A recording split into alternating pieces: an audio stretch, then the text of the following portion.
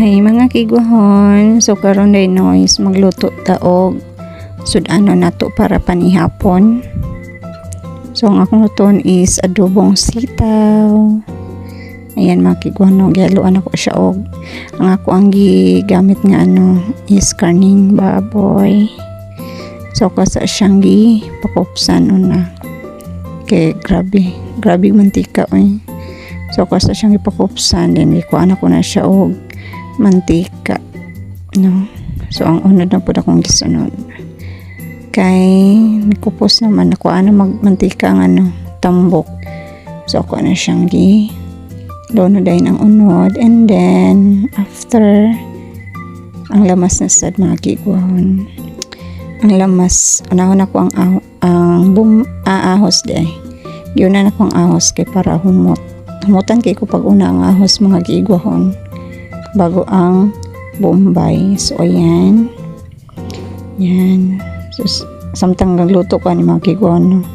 Ang ako ang tiyan gadaguok na lami na jud kay siya kaon, ga-crave jud ko ani atong naging adlaw pa.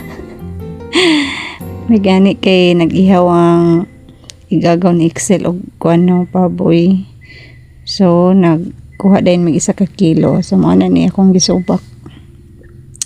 Pero ang uban ani is naa sa ref.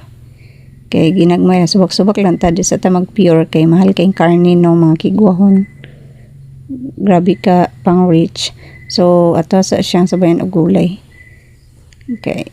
Labong nag-crave aning adobong sitaw.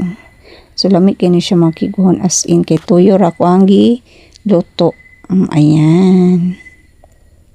Tapos pagkalami impas na silang bahaw na to ani mga kigwahon. Kay favorite kay nako ni one of my favorite char. So ayan mga kigwahon, no. Yan mekos-mekos lang, and then after that charan luto na ni siya mga kigwahon. Ako lang siyang gibutangan gamay og oyster sauce para ang iyang kalami. Oh, ayan. Bye mga kigwahon.